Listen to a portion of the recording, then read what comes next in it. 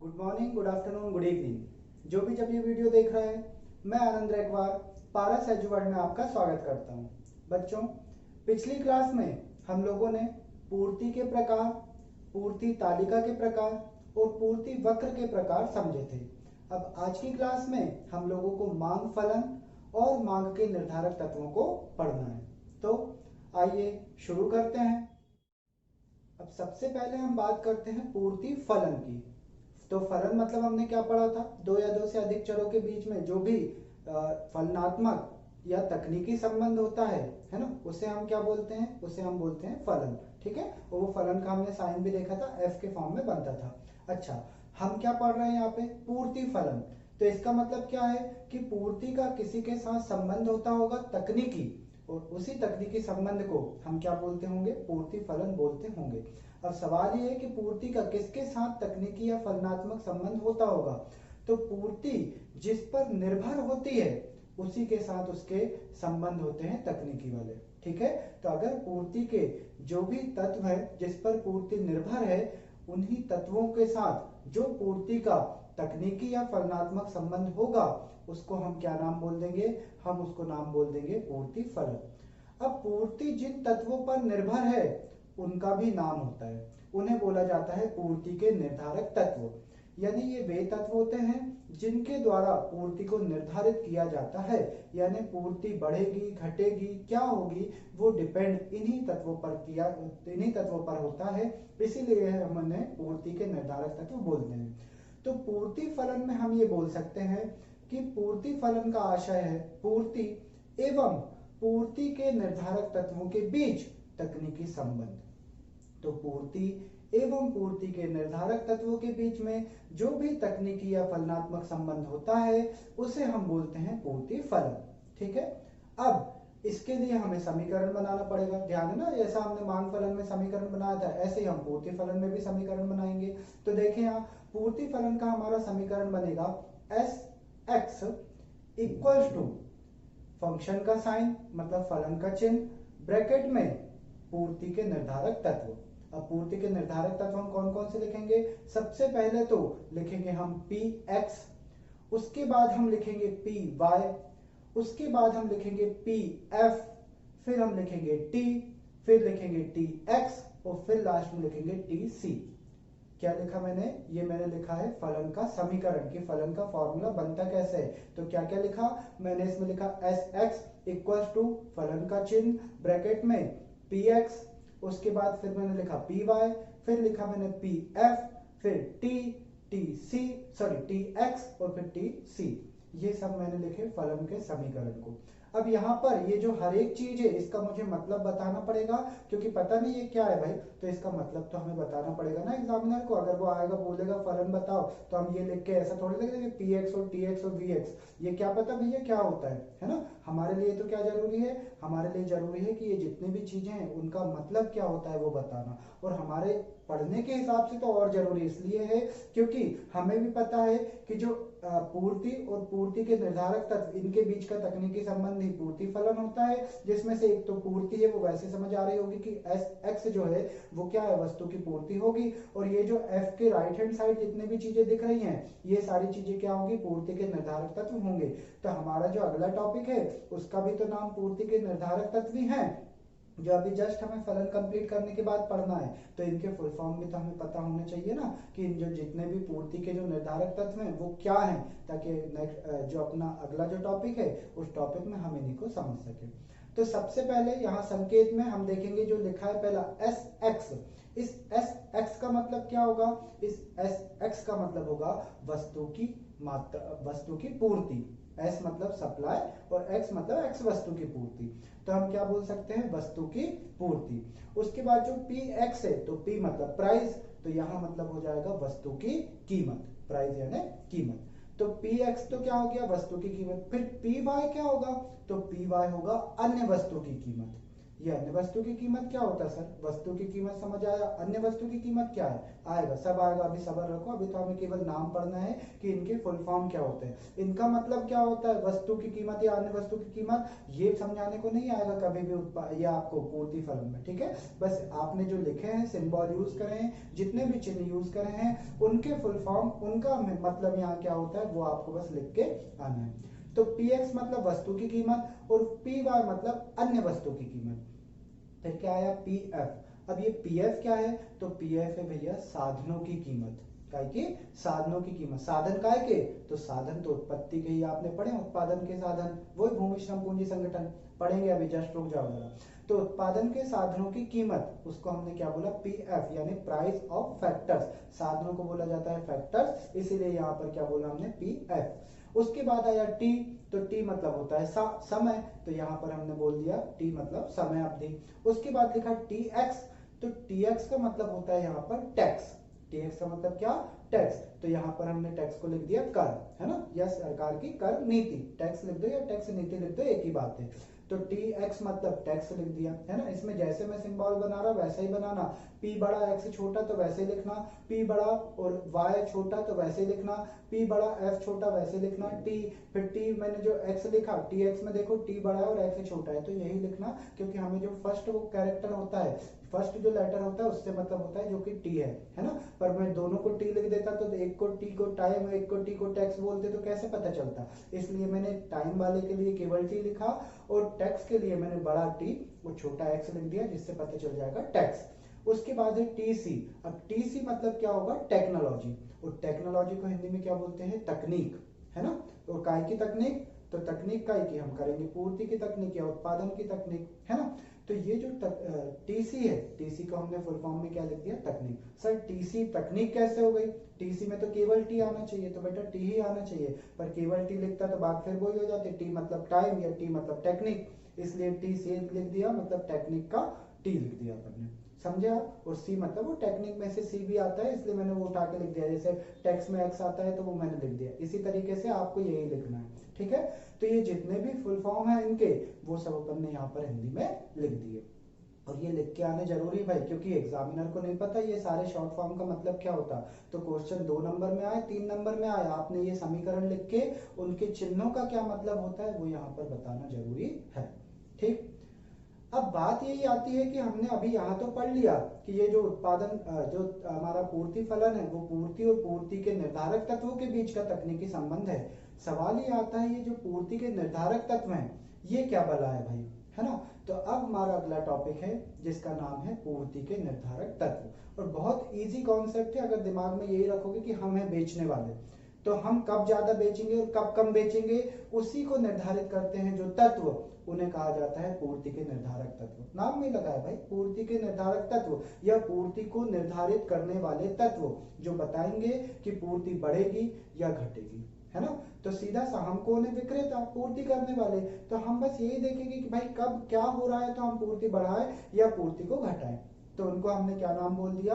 पूर्ति के निर्धारक तत्व, या इसको बोलते हैं पूर्ति के प्रभावक तत्व। यानी एग्जाम में हमको पूर्ति के निर्धारक या प्रभावक तत्व के नाम से क्वेश्चन आ सकता है, या फिर हमको क्वेश्चन आ सकता है पूर्ति को निर्धारित या प्रभावित करने वाले तत्व। और याद करो मैंने मांग के टाइम में भी ऐसे ही पढ़ाया था, मैंने आपको बताया भी था कि एग्जाम में तत्व आए, घटक आए या कारक आए, तीनों एक ही चीज होती है। मतलब पूर्ति के निर्धारक तत्व, पूर्ति के निर्धारक घटक या पूर्ति के निर्धारक कारक, सब एक ही बात है यहाँ, है ना। तो वहां लिखवा दिया था, बार बार वही चीज हम रिपीट नहीं करेंगे, ठीक। नहीं तो फिर फायदा क्या है रिपीट करने से? भाई लिखवा दिया एक बार, अब आप रिपीट करो ना।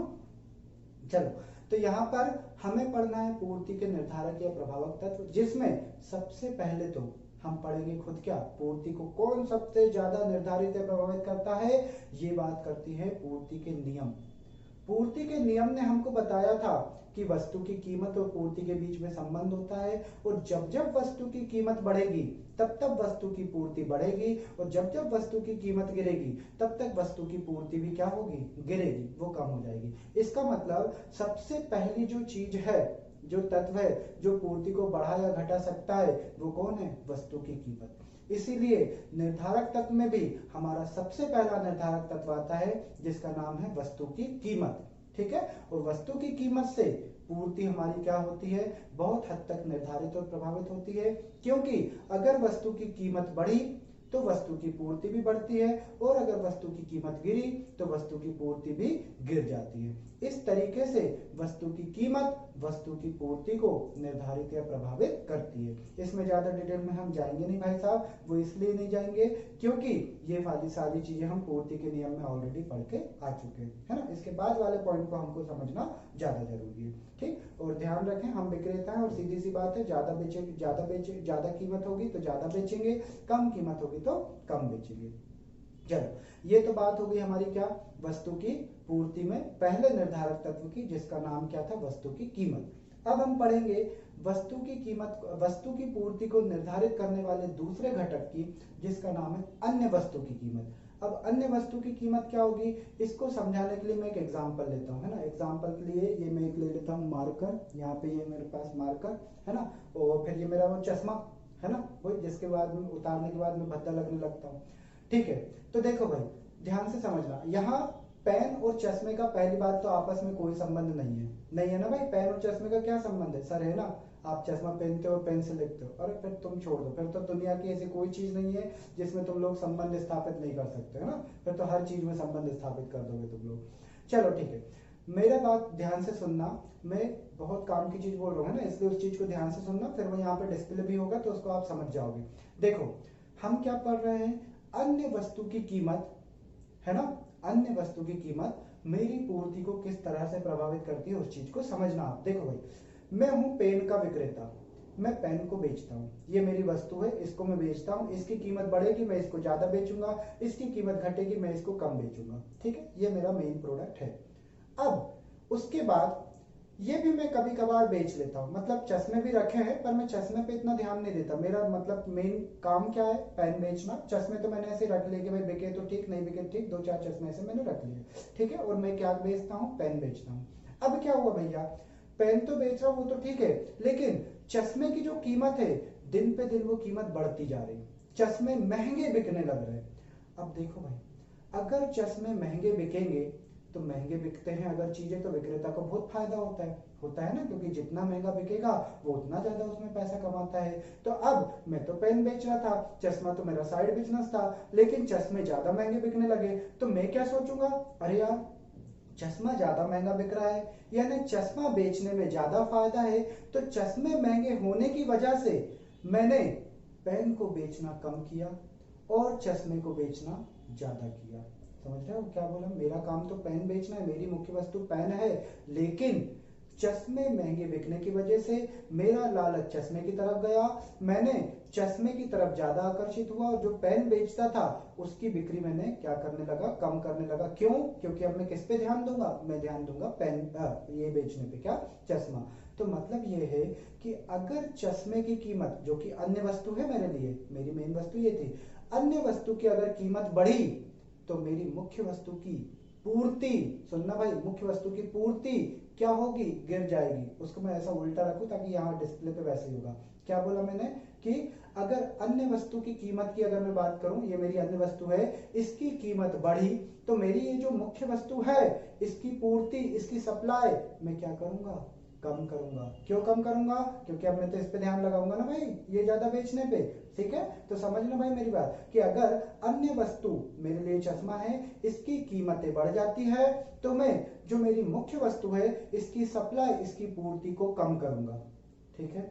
ठीक इसी तरह अब मेरा लालच तो कहां चला गया था, चश्मा बेचने पे। मैं खूब चश्मे बेच रहा था, खूब प्रॉफिट कमा रहा था, लेकिन चश्मे के रेट अचानक गिर गए, कम हो गए, सब लोगों की आंखें सही हो गई, सब लोग एकदम से मतलब कहना चाहिए बाज की तरह आंखें हो गई सबकी। अब सब लोगों को बहुत दूर का दिखाई दे रहा बिना चश्मे का, उनको कोई दिक्कत नहीं आ रही, सब बढ़िया सुबह उठ के हरियाली देख रहे हैं तो उससे उनकी आंखें ठीक हो रही है ना। हरियाली देखने से आंखें ठीक होती, पता क्या, नहीं पता, गूगल करना बेटा, है ना। डॉक्टर बोलते हैं कि सुबह मॉर्निंग में जल्दी उठो, उसके बाद गार्डन जाओ, गार्डन जाके जो वो होती है ना दूबा वगैरह हरी हरी घास, उस पे चलो और जितनी भी हरियाली उसको देखो। ऐसा करने से आपके आंखों के जो नंबर होते हैं वो कम होते हैं और चश्मा जल्दी उतरता है ना। इसलिए डॉक्टर भी ऐसा बोलते हैं कि हरियाली देखो तो चश्मा जल्दी उतरता है सुबह सुबह। हाँ, अब ये मत बोलना सर फिर आप क्यों नहीं देखते, आपका भी चश्मा उतर जाएगा। बेटा एक चीज और सुन लो, मेरी आंखें अभी भी तुम लोगों से ज्यादा अच्छी होगी।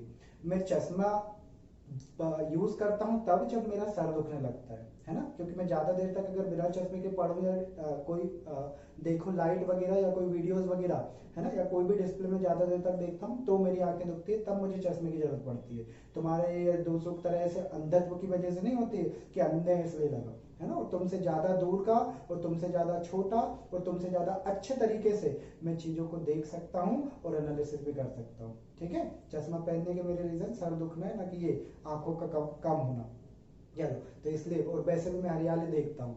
ठीक, हाँ, तो बात क्या हो रही थी भैया, बात हो रही थी हमारी अन्य वस्तु की कीमत और मुख्य वस्तु की पूर्ति पे। तो हमने क्या कहा कि अन्य वस्तु की अगर कीमत बढ़ी तो हम क्या कर देते थे, हमारी मुख्य वस्तु की पूर्ति गिरा देते थे। ठीक है, क्योंकि लालच में हम इसको बेचना ज्यादा सोचेंगे। अब क्या हुआ, इसके रेट गिर गए। अब इसके रेट गिर गए तो मुझे क्या लगेगा, अरे यार इसके तो रेट गिर गए, इसके रेट गिरने से तो अब मुझे इतना फायदा नहीं हो रहा, उससे तो अच्छा वो पेन बेचता था, वही सही फायदा था।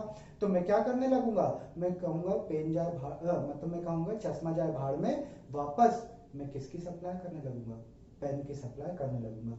मतलब ये है कि अगर आप देखो, ये मेरी अन्य वस्तु की कीमत बढ़ी तो मेरी मुख्य वस्तु की मैंने सप्लाई गिरा दी, और अगर अन्य वस्तु की कीमत गिरी, ये वापस कम हो गए, तो मेरा ध्यान इस पे से हटा और वापस मेरा ध्यान किस पे आ गया, पेन पे आ गया, और मैंने वापस अपने मुख्य वस्तु की कीमत क्या कर दी, सॉरी मुख्य वस्तु की पूर्ति क्या कर दी, बढ़ा दी। तो बस मैं यही बोलना चाह रहा हूं कि एक जो अभी आपने पहले पढ़ा था वस्तु की कीमत, वो केवल एक ही वस्तु की बात करता था कि पेन की कीमत बढ़ी तो पेन ज्यादा बेचूंगा, पेन की कीमत गिरी तो पेन कम बेचूंगा। लेकिन ये जो हम दूसरा घटक पढ़ रहे हैं, वो एक वस्तु की कीमत और दूसरी वस्तु की मांग की बात वो कर रहा है, वो दूसरी वस्तु की पूर्ति की बात वो कर रहा है कि एक वस्तु की कीमत घटने बढ़ने से क्या मेरी दूसरी वस्तु की पूर्ति पर कोई फर्क पड़ता है। तो मैं कहूंगा हाँ पड़ता है। क्या कि एक वस्तु की अगर कीमत, एक अन्य वस्तु की अगर कीमत बढ़ जाए ना, तो आपकी मुख्य वस्तु की पूर्ति आप गिरा देते हो, और अगर अन्य वस्तु की कीमत गिर जाए तो आपकी मुख्य वस्तु पर आप वापस आ जाते हो और उसकी पूर्ति आप बढ़ा देते हो। भले ही ये दोनों वस्तुओं का आपस में कोई संबंध ना हो, संबंध हो तो भी ना हो तो भी, इसलिए हमें उससे कोई फर्क नहीं पड़ता। इसलिए मैंने ये नहीं लिखा दूसरे नंबर का पॉइंट संबंधित वस्तु की कीमत, मैंने क्या लिखा, मैंने लिखा अन्य वस्तु की कीमत। अब ये जो अन्य वस्तु है वो हमारी मुख्य वस्तु से संबंधित हो नहीं हो, इस बात से कोई फर्क नहीं पड़ता, क्योंकि मैं एक विक्रेता के तौर पे हमेशा ये सोचूंगा कि मेरा लाभ ज्यादा है, मैं वो बेचूंगा, उसका मेरी मुख्य वस्तु से संबंध है नहीं है, इस बात से मुझे कोई फर्क नहीं पड़ता। समझे। तो दूसरा पॉइंट क्या था बेटा, दूसरा पॉइंट ये था कि अन्य वस्तु की कीमत, जिसमें हम बताएंगे कि अन्य वस्तु की कीमत मुख्य वस्तु की पूर्ति को प्रभावित करती है। अगर मुख्य वस्तु की अन्य वस्तु की कीमत बढ़ती है तो मुख्य वस्तु की पूर्ति कम होती है, और अन्य वस्तु की पूर्ति अगर अन्य वस्तु की कीमत अगर गिर जाएगी तो मुख्य वस्तु की जो पूर्ति है वो बढ़ जाएगी, यानी एक अन्य वस्तु की कीमत मुख्य वस्तु की पूर्ति। समझ गए आप इस चीज को। ये तो हमारा दूसरा पॉइंट। सर जल्दी चश्मा पहन लो, बोला नहीं पहनेंगे आज चश्मा। अब ये वाली क्लास बिना चश्मे के पढ़ाऊंगा मैं, ये फेंक दिया मैंने साइड, लो चश्मा सब फेंक दिया, अब मैं ऐसे ही पढ़ाऊंगा आज की क्लास। तो अब मैं आज भद्दा दिख के ही पढ़ाऊंगा भाई, जिसको जो भी तकलीफ हो। तो दूसरा पॉइंट हमने देख लिया, टोपी को उतार दो क्या कहो तो नहीं टोपी नहीं उतार, टोपी नहीं। तीसरे नंबर का अब हम घटक देखने वाले हैं, जिसमें हमने पढ़ा था क्या, Px। तीसरे नंबर का जो निर्धारक तत्व था ना, उसमें Px नहीं सॉरी Pf लिखा था, उसमें हमने क्या बोला था, ये था उत्पादन के साधनों की कीमत, साधनों की कीमत या उत्पत्ति के साधनों की कीमत। साधन या आ गए वह उत्पत्ति के साधन ही बात आएगी, है ना। तो अब हमें ये देखना है कि ये जो साधनों की कीमत है वो किस तरीके से प्रभावित करती है, किसको, पूर्ति को। अच्छा, इसको साधनों की लागत भी बोला जाता है ना, उत्पत्ति के साधनों की कीमत को उत्पत्ति के साधनों की लागत भी कहा जाता है। ठीक है। अच्छा, अब उत्पत्ति के साधन कौन कौन से थे, भूमि श्रम पूंजी संगठन, भूमि श्रम पूंजी और साहस, ये थे हमारे क्या, उत्पादन के साधन। अब इनकी कीमतें ही बढ़ जाना, इनकी कीमतें ही बढ़ जाना मतलब मुझे जमीन किराए से महंगी मिलना, मुझे मजदूर महंगे मिलना, मैं लोन ले रहा हूं तो मुझे महंगा मिल रहा है या सस्ता मिल रहा है। है ना। इनको जो मैं चुकाता हूँ वही इनकी क्या कहलाती है, कीमत कहलाती है। कि भूमि को मैं किराया चुका रहा हूँ तो ये भूमि जो साधन है उसकी कीमत है, उसकी कहना चाहिए लागत है। मैं श्रमिक ले रहा हूँ तो उनको मैं मजदूरी चुकाऊंगा तो वो मजदूरी मेरे लिए पैसा खर्च करने की लागत होगी। इसी तरह अगर मैंने पूंजी पैसा बाजार से लिया है या बैंक से लिया है तो उसके मैं जो ब्याज चुकाऊंगा वो मेरे लिए इन साधनों की लागत या इन साधनों की कीमत होगी, है ना, जो इनके लिए क्या कहलाता है, पुरस्कार कहलाता है। अब देखना इनकी कीमतें या इनकी लागतें किस तरह से मेरी पूर्ति को प्रभावित करती हैं। सुनना, मैं अगर किसी प्रोडक्ट को बनाऊंगा या खरीदूंगा, कुछ भी करूं, बेचना है मुझे तो या तो खरीदना पड़ेगा या बनाना पड़ेगा। तो एग्जांपल के लिए मैं समझता हूं मैं किसी चीज को बना रहा हूं। अब बनाने के लिए मुझे ये सारे उत्पत्ति के साधन लगेंगे। अब ये साधन या तो मुझे महंगे मिलेंगे या सस्ते मिलेंगे, है ना, या तो इनके रेट बढ़ेंगे या फिर इनके रेट कम होंगे। तो अगर अब खुद सोचना दिमाग से, अगर ये सब चीजें मुझे महंगी मिलती है, कैसी महंगी मिलती है, मतलब ये कि मुझे किराए से, जमीन किराए से महंगी मिल रही, ज्यादा ब्याज पर मुझे पूंजी मिल रही, लोन मिल रहा, मजदूर भी मुझे बहुत महंगे महंगे मिल रहे हैं। तो यार इतनी महंगी महंगी चीजें अगर मैं बनाऊंगा तो फिर मैं बेच के कमाऊंगा क्या। तो पूरा पैसा तो क्योंकि कमाई का यही लोग ले जाएंगे। पता लगा 100 रुपए की चीज मैंने बनाई और 105 रुपए में बेची तो 100 रुपए तो यही लोग ले जाएंगे, मैं कमाऊंगा क्या, केवल 5 रुपए। तो मैं ये कहना चाह रहा हूं कि जितने ये साधन मुझे महंगे पड़ेंगे, मतलब जितना ज्यादा ये मुझसे पैसा ले लेंगे, मैं उतना कम सप्लाई करूंगा भाई। क्यों कम सप्लाई करूंगा, क्योंकि मैं सोचूंगा यार मेरे को फायदा तो हो ही नहीं रहा, क्योंकि जितना भी मैं कमा रहा हूँ पूरा का पूरा तो यही ले जा रहा है। इससे तो अच्छा मैं कोई दूसरा काम देखूं भाई, मैं कहीं नौकरी जाके कर लूं। कहाँ मैं उत्पादन करके बेचने की सोचूंगा चीजें, क्योंकि बेचूंगा तब जब मैं खूब सारा प्रॉफिट कमाऊं। और अगर मैं जितना कमा रहा हूँ उसका पूरा का पूरा हिस्सा तो यही ले जा रहा है, मुझे गिनती के 2-4 रुपए मिल रहा है, तो मैं तो भाई प्रेरित कहाँ होऊंगा इन चीजों को बेचने के लिए। और मैं डिमोरलाइज होऊंगा कि अरे यार कुछ फायदा नहीं हो रहा, मेहनत इतनी कर रहे, पूरा का पूरा तो यहाँ इन लोगों को चला जा रहा, अपने को कुछ नहीं बच रहा। तो एक विक्रेता के तौर पे मैं हमेशा चाहूंगा कि ये चीजें महंगी ना हो, क्योंकि अगर ये महंगी होगी तो मैं अपनी पूर्ति को कम करूंगा और मैं सोचूंगा मैं कुछ और काम करने लगूं। तो साधनों की कीमत या साधनों की लागत बढ़ने पर मैं अपनी जो सप्लाई है, जो पूर्ति है, उसको मैं गिराऊंगा, कम करूंगा। लेकिन इसका उल्टा ही, अगर ये साधन सब मुझे सस्ते मिलने लगे, है ना, जो मैं 100 की चीज बना के 105 रुपए में बेच रहा था, लेकिन ये साधन मुझे सब सस्ते मिलने लगे, कच्चा माल, किराए से जमीन और मजदूर सब मुझे सस्ते सस्ते मिल रहा है, और मेरी चीज मान लो जो 100 रुपए की बन रही थी वो 50-60 में बनने लगी। तो सोचो 50-60 की चीज अब मैं 105 में बेच रहा हूँ, कितना ज्यादा फायदा हो रहा। पहले ये था यही सब बनाने में 100 रुपए लग रहे थे, बेच रहा था 105 में, तो कितने का फायदा हो रहा था, 5 रुपए का। तो मैंने कहा इतनी मेहनत में 5 का फायदा नहीं, बेच रहा। लेकिन अब यही 100 रुपए वाली जो चीज बननी थी वो कितने की बन रही, 50-60 रुपए की। तो 50-60 रुपए की चीज बना के 105 में बेचूंगा तो मेरा खूब फायदा होगा, खूब लाभ कमाऊंगा, और खूब लाभ कमाऊंगा तो मैं उतना प्रेरित होऊंगा, उतना मोटिवेट होऊंगा चीजों को बेचने के लिए। तो इन साधनों के सस्ते होने पर, इनकी लागतें या इनकी कीमतें कम होने पर मैं उतना ज्यादा अपनी पूर्ति को बढ़ाने लगूंगा, क्योंकि मैं हमेशा यही चाहूंगा कि मेरा प्रोडक्ट कम से कम में बन जाए, ताकि मैं ज्यादा से ज्यादा बेच के उसको लाभ में कन्वर्ट कर सकूं। समझे। तो इसलिए उत्पत्ति के साधनों की लागत या कीमत अगर बढ़ती है तो मेरे लिए ये घाटे की सिचुएशन है, मुझे लाभ कम होता है, इसलिए मैं अपनी सप्लाई भी कम कर देता हूं। लेकिन अगर यही उत्पत्ति के साधनों की लागत या कीमतें गिर जाए, कम हो जाए, ये सब मुझे सस्ते में मिलने लगे, तो मेरा प्रोडक्ट भी कम प्राइस में बन जाएगा, कम लागत में मेरा प्रोडक्ट बनेगा, ज्यादा रेट में मैं उसको बेच रहा हूं, तो मुझे फायदा खूब हो रहा है, इसलिए मैं अपनी सप्लाई, मेरी जो पूर्ति है उसको भी मैं बढ़ा दूंगा। तो कीमत, साधनों की कीमत बढ़ने पर पूर्ति कम होती है, और साधनों की कीमत कम होने पर पूर्ति को हम क्या कर देते हैं, बढ़ा देते हैं। ठीक है, ये हमारे 3 कीमतों की बात हुई, वस्तु की कीमत, अन्य वस्तु की कीमत और साधनों की कीमत। अब उसके बाद आता है बात टाइम की। टाइम मतलब समय। तो ये तो एकदम कॉमन सेंस की बात है भाई, कि अगर आप मुझे ज्यादा टाइम दोगे तो मैं आपको खूब सारी सप्लाई करके दे दूंगा, और अगर आप मुझे कम टाइम दोगे तो मैं आपको कम सप्लाई करके दूंगा, क्योंकि मैं सप्लाई करने के लिए प्रोडक्ट या तो खरीदूंगा या बनाऊंगा ना।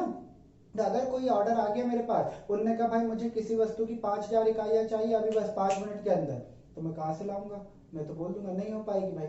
लेकिन अगर वो बोलेगा मैं परसों आऊंगा, 5 दिन बाद आऊंगा, मुझे ये 5000 इकाइयां बना के दे देना, तब मैं कह दूंगा ठीक है भाई अब दे सकता हूँ। मतलब ये कि वो बंदा अगर मुझे टाइम देगा ज्यादा तो मैं उसको पूर्ति भी ज्यादा दे पाऊंगा, और ज्यादा टाइम देगा और ज्यादा पूर्ति दूंगा। टाइम कम देगा तो कम पूर्ति कर पाऊंगा, कि अगर आप बोलोगे 5 मिनट बाद आऊंगा तो मैं कहूंगा भैया वो तो फिर 2 4 10 इकाइयां दे पाऊंगा। फिर आप बोलोगे साहब मैं तो 1 महीने बाद आऊंगा, तो मैंने कहा 5,000 क्यों, 8,000 इकाइयां ले, 15,000 इकाइयां ले लेना, तब तक तो बहुत टाइम है, हम खूब सारा बना लेंगे। तो मतलब ये हुआ कि अगर एक विक्रेता को ज्यादा टाइम मिलेगा तो वो सप्लाई भी ज्यादा कर पाएगा, पूर्ति ज्यादा कर पाएगा, और अगर उसको समय कम दिया जाएगा तो फिर वो ना ज्यादा बेच पाएगा, ना ज्यादा पूर्ति कर पाएगा, उत्पादन भी नहीं कर पाएगा, और ना ही ज्यादा उसको बेच पाएगा। ठीक, ये तो हुआ क्या, समय। अब बात आती है टैक्स की। टैक्स कौन लगाता है भाई, सरकार। अब देखो, एक विक्रेता को सबसे ज्यादा तकलीफ तब होगी जब सरकार उस पर ज्यादा टैक्स लगाएगी, जीएसटी वगैरह लगती है ना। तो अगर सरकार मुझ पर ज्यादा टैक्स लगाएगी तो मुझे बहुत तकलीफ होगी। क्यों तकलीफ होगी, क्योंकि मैं बेच रहा हूं, मेहनत मैं कर रहा हूं, कमाया मैंने, और सरकार ने कहा दो टैक्स दे दो, तो सरकार खूब टैक्स वसूल ले रही। तो मेरे को गुस्सा नहीं आएगी कि मैं मेहनत कर रहा कमा रहा हूं और सरकार पूरा ले जा रही। तो अगर ये सरकार टैक्स और बढ़ाएगी तो फिर मेरे को क्या गुस्सा आएगी, नहीं बेचना, जाके कहीं नौकरी करेंगे, ये बेच के कमा रहा है और सरकार टैक्स ले रही है, इससे तो अच्छा मैं कहीं जाके नौकरी कर लूं। सर नौकरी करोगे और कमाओगे तो क्या सरकार टैक्स नहीं लेगी, लेगी, पर वो अलग है भाई। नौकरी करके आप कमा रहे हो इनकम, वो इनकम टैक्स होता है। मैं यहाँ बेचने की बात कर रहा हूँ, बेचने के लिए आप जो टैक्स लगाते हो वो जीएसटी होता है, समझे। तो अगर एक विक्रेता हूं मैं, तो बेचते टाइम मुझ पे एक अलग टैक्स लग रहा है जीएसटी, और उसके बाद जो मेरी इनकम होगी, मैं फाइनली जो कमाऊंगा उस इनकम पे भी एक टैक्स लग जाएगा, इनकम टैक्स। यानी विक्रेता पे दो दो टैक्स लग रहे हैं, एक लग रहा है जीएसटी और दूसरा लग रहा है इनकम टैक्स। लेकिन अगर मैं नौकरी अकेला करता तो मुझ पर जीएसटी का सवाल ही नहीं उठता, क्योंकि मैं कुछ बेच ही नहीं रहा, मैं केवल कमा रहा हूं, तो मुझ पर कौन सा टैक्स लगता है, केवल इनकम टैक्स। इसलिए मैं इनकम टैक्स की तो बात ही नहीं कर रहा, मैं तो बेचने पर जो टैक्स लगता है मतलब जीएसटी, उसकी बात कर रहा हूं, है ना। तो अगर सरकार ये जीएसटी और बढ़ाएगी, खूब ज्यादा टैक्स लगाएगी, तो मेरा विक्रय का बहुत सारा हिस्सा तो गवर्नमेंट के पास चला जाएगा। इसलिए मैं क्या सोचूंगा, रहने दो, विक्रय नहीं करना, यानी मैं अपने विक्रय को क्या कर दूंगा, कम कर दूंगा, और ज्यादा ही लगा तो बंद कर दूंगा। लेकिन अगर सरकार कहेगी नहीं नहीं नहीं तुम तो खूब बेचो, हमें तो बस नाम मात्र का 2%, 5%, 10% इतना ही टैक्स देना है, इससे ज्यादा टैक्स हमको मत दो, अभी तो 20-20, 30-30% टैक्स लग रहा है इस समय, है ना। तो अगर गवर्नमेंट कहती है कि तुम बेचो, हमको जरा सा टैक्स देना 5%, 10%, तब मुझे अच्छा लगेगा, तब मैं कहूंगा हाँ भाई हमारे देश की गवर्नमेंट अच्छी है, तो फिर मैं खूब खूब बेचूंगा और थोड़ा थोड़ा गवर्नमेंट को टैक्स दूंगा। तो मेरा कहने का ये मतलब है कि एक विक्रेता बतौर मैं हमेशा ये चाहूंगा कि गवर्नमेंट कम टैक्स लगाए, ताकि मैं ज्यादा से ज्यादा बेचूं और अपना फायदा करूं, और गवर्नमेंट ने अगर ज्यादा टैक्स लगाए तो मैं धीरे धीरे अपना सप्लाई कम करूंगा। और देखा ना आपने, कई बार तो ये भी होता है सारे विक्रेता हड़ताल पे चले जाते हैं, आंदोलन करते हैं कि सरकार जीएसटी कम करो, टैक्स कम करो, बंदी कर देते वो तो अपना विक्रय नहीं लगाएंगे दुकान, सब पूरी संगठन बन जाता है उनका, और बोलते नहीं सरकार से टैक्स कम करवाएंगे उसके बाद बेचेंगे, है ना। इसका मतलब टैक्स गवर्नमेंट ने बढ़ाया, इन लोगों ने अपना विक्रय गिराया, और अगर टैक्स गवर्नमेंट ने कम कर दिया, ये वापस अपनी दुकान खोल लेते हैं और फिर विक्रय को बढ़ा देते हैं। तो हम ये जाने कि अगर गवर्नमेंट की जो कर पॉलिसी, कर नीति है, वो भी बहुत हद तक बाजार की पूर्ति को प्रभावित करती है। अगर क्या होगा, ये जो कर है ये बढ़ेंगे, कर की दर या टैक्स बढ़ते हैं, तो विक्रेता अपना विक्रय को, पूर्ति को गिराते हैं, और अगर ये टैक्स कम होता है तो विक्रेता पूर्ति को क्या कर देते हैं, बढ़ाने लगते हैं। टैक्स ज्यादा कम बेचेंगे, टैक्स कम ज्यादा बेचेंगे। समझ गए इस चीज को, ये हमने देखा टैक्स पॉलिसी। अब लास्ट आता है हमारा तकनीक, है ना, मतलब कि उत्पादन की तकनीक, कि हमारी उत्पादन की तकनीक कैसी है। उत्पादन की तकनीक कैसी है, मतलब ये है कि उत्पादन की जो हम तकनीक यूज कर रहे हैं उसमें क्या हो रहा है, क्या वो तकनीक और एडवांस हो रही है या वो तकनीक और डाउनग्रेड हो रही है, मतलब तकनीक में विकास हो रहा है या तकनीक में अवनति हो रही है, उन्नति या अवनति, यानी तकनीक अच्छी हो रही है या तकनीक और बिगड़ती जा रही है। तो सीधी सी बात है, अगर तकनीक का विकास हुआ तो देश का विकास होगा, सभी का विकास होगा, और विक्रय भी ज्यादा होगा, है ना। क्योंकि अगर उत्पादन की तकनीक और एडवांस हुई तो उत्पादन जल्दी जल्दी होगा, उत्पादन ज्यादा होगा तो सब लोगों के पास माल भी ज्यादा आएगा, वो बेचेंगे भी ज्यादा, है ना। तो उत्पादन की तकनीक अगर बढ़ जाती है, उत्पादन की जो तकनीक है उसमें सुधार होता है, वो अच्छी होती है, तो जो हमारा जो विक्रय है, जो पूर्ति है, वो बढ़ती है। और अगर उत्पादन की तकनीक डाउनग्रेड होती है, मतलब उसमें गिरावट आती है, वो जितनी थी उससे भी कम हो गई, तो जो विक्रय है, जो उत्पादन है वो कम होता है, जिस वजह से जो पूर्ति है विक्रेताओं की, वो पूर्ति भी क्या हो जाती है, कम। तो उत्पादन की तकनीक में सुधार, पूर्ति में वृद्धि। उत्पादन की तकनीक में गिरावट, वो जो उत्पादन जो पूर्ति है उसमें क्या हो जाएगी, गिरावट आ जाएगी, उसमें भी कमी हो जाएगी। समझे? तो इस तरीके से ये उत्पादन के जितने भी उत्पादन बोल रहा, ये जितने भी पूर्ति के निर्धारक तत्व हैं, ये इस तरीके से जो हमारी पूर्ति है उसको निर्धारित करते हैं, यानी ये तत्व ही डिसाइड करेंगे कि वस्तु की जो पूर्ति है वो बढ़ेगी या घटेगी। समझे? थोड़ी टेक्निकल होती है, हमेशा निर्धारक के जो तत्व होते हैं वो टेक्निकल होते हैं, इसलिए आपको तकलीफ गई हो तो एक बार फिर से इस वीडियो को देख लेना, आपको क्लियर हो जाएगा। समझे इस चीज को? चलो अब मुझे बात करनी है कौन सी, आगे की क्लास में हम क्या पढ़ेंगे, क्योंकि उसके लिए फिर आप मांग पढ़ के बैठेंगे ना। तो कल की क्लास में हम दो चीजें पढ़ने वाले हैं। कौन सी? जो दो चीजें हम पढ़ेंगे उसका नाम है, पहला हम पढ़ेंगे क्या, पूर्ति में परिवर्तन, है ना। वो पूर्ति में परिवर्तन भी कौन से, एक तो हम पढ़ेंगे पूर्ति में खिसकाव वगैरह क्या होता है, और दूसरा हम पढ़ेंगे पूर्ति, ऐसा बोल देता हूँ, पूर्ति में परिवर्तन और पूर्ति की मात्रा में परिवर्तन। ठीक वैसा ही जैसा हमने मांग में पढ़ के आए थे, एक पढ़ा था मांग में परिवर्तन या मांग की मात्रा में परिवर्तन, ठीक वैसे हमारी कल की क्लास में पढ़ेंगे पूर्ति में परिवर्तन और पूर्ति की मात्रा में परिवर्तन, है ना। सीक्वेंस भी वैसे ही चलेगा, जैसा जैसा आप मांग में पढ़ते आए थे टॉपिक, वैसे वैसे टॉपिक हमारे पूर्ति में भी पढ़ेंगे अपन। ठीक है, चलिए तो बाकी का नेक्स्ट क्लास में डिस्कस करेंगे। तब तक के लिए bye bye to all of you, thank you so much.